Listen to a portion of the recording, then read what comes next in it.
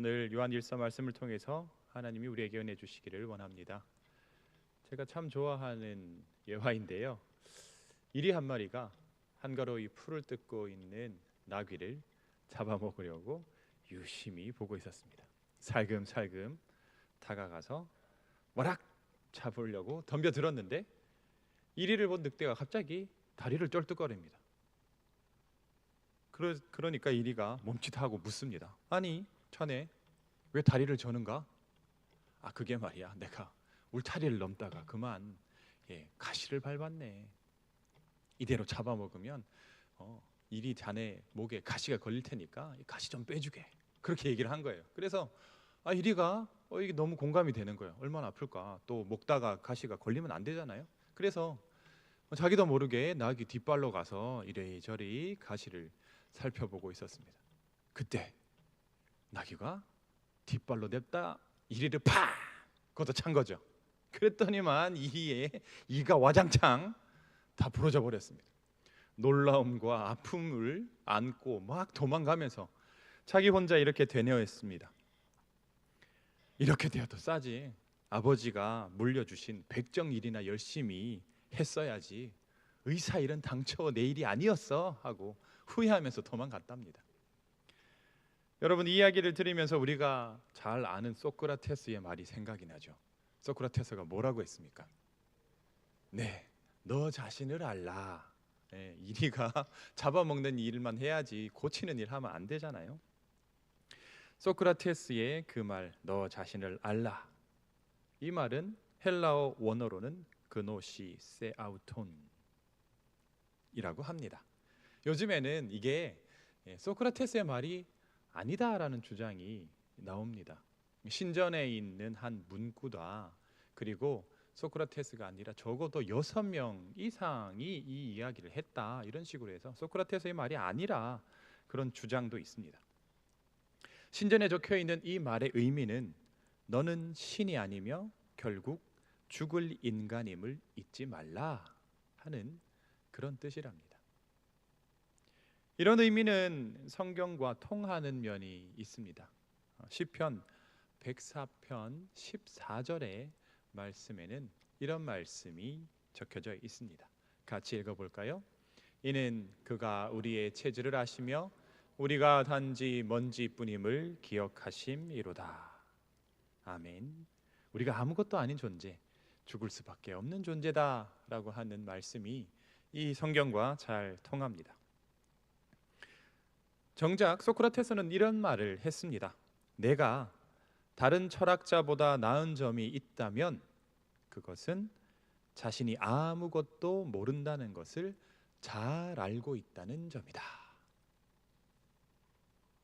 가수 나훈아 씨가 테스 형이라는 노래에서 인생이 뭔지, 사랑이 뭔지, 천국은 있는지 그렇게 소크라테스 형한테 물어보는데요. 소크라테스도 모르는 질문을, 모르는 답을 소크라테스 형한테 물어보면 답이 나옵니까? 안 나오죠. 영원히 그 답은 못 찾을 것 같습니다. 소크라테스처럼 위대한 철학자가 자신은 아무것도 모른다라고 말하는 것은 참 대단한 것 같습니다. 자신에 대한 깊은 통찰이 있어야 할 수 있는 말이겠죠. 우리 주위에 보면 사회적 지위가 좀 있고 명성이 좀 있고 이름이 좀 낮다라고 하는 사람들, 그 사람들이 자기가 다 답을 알고 있다, 자기가 다 할 수 있다, 자기가 뭐가 된다라고 하는 말들을 하고 다닙니다. 그래서 나만 따라와, 내가 다 할 수 있어, 그렇게 이야기를 하고 다니죠. 그런데 과연 따를 만한 사람이 있던가요? 오늘 말씀의 기본 맥락은 너 자신을 알라입니다. 성경이 말하는 인간의 본연의 모습은 하나님의 형상대로 지음을 받았으나 죄로 인해서, 하나님과 동등되려고 하는 죄로 인해서 하나님과의 관계가 끊어진 존재입니다. 모든 사람이 죄를 범하여 하나님의 영광에 이르지 못하는 존재가 되었습니다. 그런데 이 문제는 인간 스스로 해결할 수가 없었습니다. 그래서 하나님은 율법도 주시고 선지자도 보내주시고 그래서 이 죄의 문제를 해결하려고 했습니다. 하지만 인간의 악함으로 인해서 완전히 해결되지 못했습니다. 마지막으로 하나님은 예수님을 이 땅에 보내셨고 우리의 죄의 문제를 해결하시기 위해서 십자가를 지게 하셨습니다. 그 은혜로 말미암아 우리는 다시 하나님과 화목한 관계가 되었죠. 그래서 예수님을 믿는 자는 하나님의 자녀가 되는 권세를 받았습니다.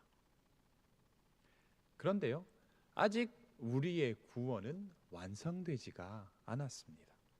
그리고 또 마귀는 계속해서 우리를 넘어뜨리려고 시험을 하고 있는 상황입니다. 그래서 우리는 끝까지 죄와 싸우면서 또 예수님께서 걸어가신 그 삶의 길을 본받으면서 또 거룩성을 유지하고 지키기 위해서 부단히 또 열심히 신앙생활을 해야 하는 상황에 놓여 있습니다. 이것이 지금 그리스도의 본 모습입니다. 하지만 우리가 이런 본 모습을 알기까지는 기독교 역사상 많은 시행착오들이 있었습니다. 다른 해석들이 나온 것이죠. 그 가운데 오늘 말씀에 나오는 이 잘못된 주장도 들어가 있습니다. 오늘 말씀 8절과 10절을 보면 사도 요한이 활동할 당시에 성행했던 이단의 주장이 나옵니다. 8절에는 우리가 죄가 없다, 10절에는 우리가 범죄하지 않았다, 이렇게 주장하는 사람들이 나왔습니다. 그들은 이렇게 생각했습니다. 신성한 영이 속된 육에 갇혀 있다가 구원에 이르게 하는 복음을 깨닫게 되는 순간 영이 육으로부터 나온다. 그런 후에 육으로 짓는 모든 죄는 이 구원받은 영에게 아무런 영향을 미치지 않는다라고 주장했습니다. 그러니까 복음을 믿고 깨달은 후에는 아무리 죄를 지어도 구원받을 수 있다, 그렇게 주장을 했습니다. 이렇게 주장하면요, 구원을 받고 복음을 받은 후에 도덕적인 삶을 살 필요가 없습니다. 왜냐하면 육은 이제 아무 소용이 없거든요. 그런데 요한은 이 주장이 모두 자기 자신을 부인하는 말, 잘못된 주장이다, 이렇게 반박하고 있습니다. 8절 말씀을 보면 만일 우리가 죄가 없다고 말하면 스스로 속인다라고 되어 있습니다. 여러분, 스스로 속이는 행동, 자기를 속이는 행동을 자기 기만이라고 하죠. 사실과 다르거나 진실이 아닌 것을 합리화하면서 진실인 양, 사실인 양 받아들이고 정당화하는 현상을 자기 기만이라고 합니다. 성경에서는 이걸 외식이라고 합니다. 겉과 속이 다르다는 의미인데요, 예수님이 의인이 아닌데 의인인 척하는 그 종교 지도자들을 향해 많이 자주 사용하셨습니다. 마태복음 23장에 보면요, 예수님께서 아주 집중적으로 외식하는 자들아, 이렇게 말씀하셨는데요, 27절과 28절에 그 외식이라는 것이 참 잘 나와 있습니다. 같이 한번 읽어볼까요? 시작. 화 있을진저 외식하는 서기관과 바리새인들이여, 회칠한 무덤 같으니 겉으로는 아름답게 보이나 그 안에는 죽은 사람의 뼈와 모든 더러운 것이 가득하도다. 이와 같이 너희도 겉으로는 사람에게 옳게 보이되 안으로는 외식과 불법이 가득하도다. 아멘. 이 말을 듣고 서기관과 바리새인들이 아이고, 내가 잘못하고 있구나, 내가 죄인이구나 인정하고 회개를 했다면 어쩌면 예수님은 그렇게 빨리 돌아가시지 않았을 수도 있습니다. 하지만 이 말을 듣고 인정하지 않으므로 그들은 예수님을 죽이는데 앞장을 섰죠. 그들은 자기는 그런 사람이 아니다라고 스스로 자기를 속였습니다. 사람들은 왜 자기를 속이는 걸까요? 남들이 이렇다 하면 믿으면 되는데 그게 아니야, 이거야 하고 왜 자기를 속이는 걸까요? 또 왜 죄인임을 인정하지 않는 걸까요? 첫 번째 이유는 진리를 듣지 못했거나 알지 못하기 때문입니다.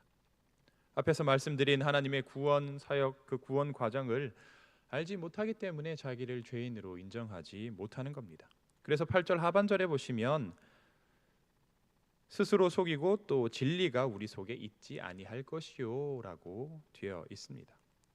모르니까 그렇게 말할 수 있지만 실상은 자기를 속이고 있는 것이죠. 두 번째 이유는 알면서도 자기 유익을 위해 인정하지 않기 때문입니다. 일시적인 만족을 위해서 또 정서적인 안정을 위해서 자기의 유익을 위해서 거짓을 참으로 믿어버리는 것이죠. 이렇게 하면 잠깐 편하고 만족할 수 있지만 결국 자기를 속이는 행동으로 문제가 발생하게 됩니다. 아까 말씀드렸던 바리새인과 서기관들, 예수님이 자꾸 아니라고 하는데 자기네들은 맞다고, 우리가 제대로 하나님 믿고 있다고 계속해서 자기들을 속이고 있었죠. 그래서 자기네들이 고치기 싫으니까 예수님이 잘못됐다, 예수님이 나쁜 사람이다, 그렇게 몰아갔지 않습니까? 또 예수님이 잘못했다고 이야기를 해야 자기들이 인기를 얻고 또 자기들이 한 말을 사람들이 들어주기 때문에 자기네들은, 바리새인과 서기관들은 스스로 자기를 기만했습니다. 성경에는 분명히 모든 사람에게 죄가 있다고 말씀하고 있습니다. 우리가 잘 아는 시편 53편 2절 3절에는 이렇게 기록되어 있습니다. 같이 읽겠습니다. 하나님이 하늘에서 인생을 굽어 살피사 지각 있는 자와 하나님을 찾는 자가 있는가 보려 하신즉 각기 물러가 함께 더러운 자가 되고 선을 행하는 자 없으니 한 사람도 없도다. 아멘. 하나님이 살펴보니까 죄 없는 사람이 하나도 없다라고 시편에 기록되어 있습니다. 하나님이 죄 없는 사람이 하나도 없다라고 말씀하시는데 나는 죄가 없다, 난 죄짓지 않았다 라고 한다면 10절에 있듯이 하나님을 거짓말쟁이로 만드는 일입니다. 더 나아가서 죄가 없다라고 하는 말은 죄 없으신 하나님과 동등하게 되려는 이 신성 모독과 같은 일인 것이죠. 나에게 죄가 없으면 하나님께서 지금까지 온 힘을 다해서 이렇게 만들어 놓으신, 또 이루시려고 했던 예수님을 통한 구원 사역이 아무런 의미가 없게 됩니다. 예수님의 성육신과 십자가 고난과 부활, 승천도 필요 없습니다. 하나님의 긍휼하심과 오래 참으심 아무 의미가 없습니다. 나에게 죄가 없다라고 하는 이 말은 선악과를 따먹고 하나님과 같이 되려고 했던 아담과 하와의 죄와 똑같은 죄입니다. 성경은 계속해서 인간은 죄인이라고 합니다. 어떤 분들은 이 말을 참 싫어합니다. 아이고, 뭐 교회 오면 왜 자꾸 죄인이라고 그러냐, 내가 뭐 그렇게 죄를 많이 지었다고, 어떻게 똑바로 살려고 열심히 살려고 정직하게 살려고 얼마나 노력하고 있는데 교회만 오면 죄인 만들어가지고 참 가기 싫다, 그런 말씀을 하시는 분도 있습니다. 아직 진리가 그 속에 있지 않고 또 자기 의가 살아있어서 그러신 것 같습니다. 성경이 죄인 아닌 사람을 죄인으로 만들어 가지고는 그들을 조정하고 마음대로 통제하려고 하는 게 아닙니다. 인간 본연의 모습이 죄인이기 때문에 그 사실을 말하는 것인데, 그걸 받아들이기가 껄끄러운 마음이 있다면 그 속에는 아직 성경의 말씀, 복음이 제대로 들어가 있지 않다고 할 수 있습니다.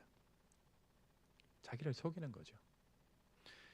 나를 죄인으로 인정하느냐 그렇지 않느냐에 따라 하나님의 구원 사역이 나에게 의미가 있느냐 없느냐가 정해지게 됩니다. 오늘 말씀은 나를 속이지 않고 죄인임을 고백하는 자에게 주어지는 은혜를 말합니다. 9절 말씀을 다 같이 읽어보겠습니다. 만일 우리가 우리 죄를 자백하면 그는 미쁘시고 의로우사 우리 죄를 사하시며 우리를 모든 불의에서 깨끗하게 하실 것이요. 아멘. 죄가 없다, 범죄하지 않았다, 의 반대가 우리의 죄를 자백하는 것입니다. 자백이라는 말 속에 그 사람의 자발성이 포함되어 있습니다. 자발적으로 내가 죄인이다라고 하는 말은 내가 내 상황을, 내가 누구인지를 아는 것, 것이 포함되어 있습니다. 자기가 죄인인 줄 모르고 또 유익을 위해서 자기의 정체를 숨겨야 하는 사람이 자기 스스로 죄인이다라고 자백을 합니까? 그렇지 않죠. 그런데 여러분, 내가 스스로 죄인임을 깨달을 수 있을까요? 밥 먹고 집에 앉아서 가만히 생각해 보니까 내가 정말 잘못한 천하에 둘도 없는 죄인이다, 그런 게 느껴지시던가요? 내가 죄인임을 아는 것, 그리고 자백하는 것, 그것은 나의 의지, 나의 노력으로 되지 않습니다. 성령님의 감동과 역사, 깨닫게 하심이 함께 해야 가능한 일입니다. 바울이 되기 전에 사울, 그 사람은 자기 기만을 하며 살았습니다. 그리스도인을 잡아 박해하는 것이 하나님을 위하는 일이다, 그렇게 굳게 믿고 열심히 박해를 했죠. 그런데 예수님이 다메섹으로 가는 사울을 만나 주셨죠. 사울아 사울아, 네가 왜 나를 박해하느냐 라는 깨달음을 주셨습니다. 그 이후로 사울은 바울이 되어서 예수님을 전하는 사람이 되었죠. 그런 것처럼 성령님께서 우리에게 우리가 죄인임을 깨닫게 해 주셔야지만이 철저하게 우리는 하나님 앞에서 죄인임을 고백할 수가 있습니다. 정신적인 문제를 치료하려면 먼저 자기가 누구인지를 알아야 합니다. 내가 단점이 뭐고 장점이 뭐고, 뭘 싫어하고 뭘 좋아하고, 또 어떤 경우에는 이렇게 행동하고 어떤 경우에는 저렇게 행동하는지를 잘 알아야지 다음 단계로 넘어갈 수 있습니다. 마찬가지로 우리가 하나님이 주시는 은혜를 입으려면 먼저 내가 누구인지를 정확하게 알아야 합니다. 내가 죄인임을 인정해야 하나님의 은혜가 시작이 됩니다. 하나님의 미쁘심을 알게 됩니다. 하나님의 긍휼을 알게 됩니다. 하나님의 오래 참으심을 알게 됩니다. 하나님은 의로우신 분이기 때문에 자기가 죄인이 아니라고 하는 사람에게는 은혜를 베풀어 주지 않습니다. 옳고 그름을 정확하게 구별하시는 분이신데 이래도 은혜를 주고 저래도 은혜를 주고, 그러면 의로우신 분이라고 말할 수 없겠죠. 물론 하나님은 모든 사람이 구원을 받기를 바라시지만 죄가 없다라고 하는 사람을 구원하실 수는 없습니다. 여러분은 자신을 어떻게 생각하십니까? 죄인이라고 생각하십니까? 아니면 별로 큰 죄를 짓지 않았다 여기십니까? 이만하면 괜찮은 사람이다, 그렇게 살고 계십니까? 과연 내가 누구인지 깊이 묵상해 보시기를 바랍니다. 한 가지를 범해도 100가지를 범해도 같은 죄인입니다. 그 죄인을 구원하시려고 손을 내밀고 계시는 하나님의 손을 잡으시기를 바랍니다. 우리가 죄인임을 절실히 알고 죄를 자백하면, 하나님의 긍휼을 구하면 하나님은 우리를 친히 구원해 주실 것입니다. 이 은혜가 저와 여러분에게 있기를 주님의 이름으로 축복합니다. 기도하겠습니다. 하나님 아버지, 우리가 죄인인데 죄인이 아니라고 속이며 살고 있지는 않습니까? 나는 괜찮은 사람이다, 열심히 살고 있다, 하나님 말씀 열심히 듣고 있다, 그래서 나는 괜찮은 사람이다, 그렇게 살고 있지는 않는지요? 하나님, 하나님의 은혜는 죄인임을 인정할 때에 우리에게 찾아옵니다.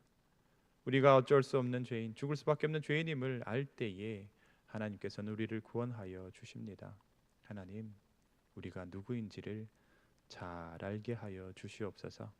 그래하여서 예수님께서 우리에게 베푸시는 구원의 은혜를 받아 누리는 성광교회 모든 성도들이 될 수 있도록 인도하여 주시옵소서. 예수님의 이름으로 기도합니다. 아멘.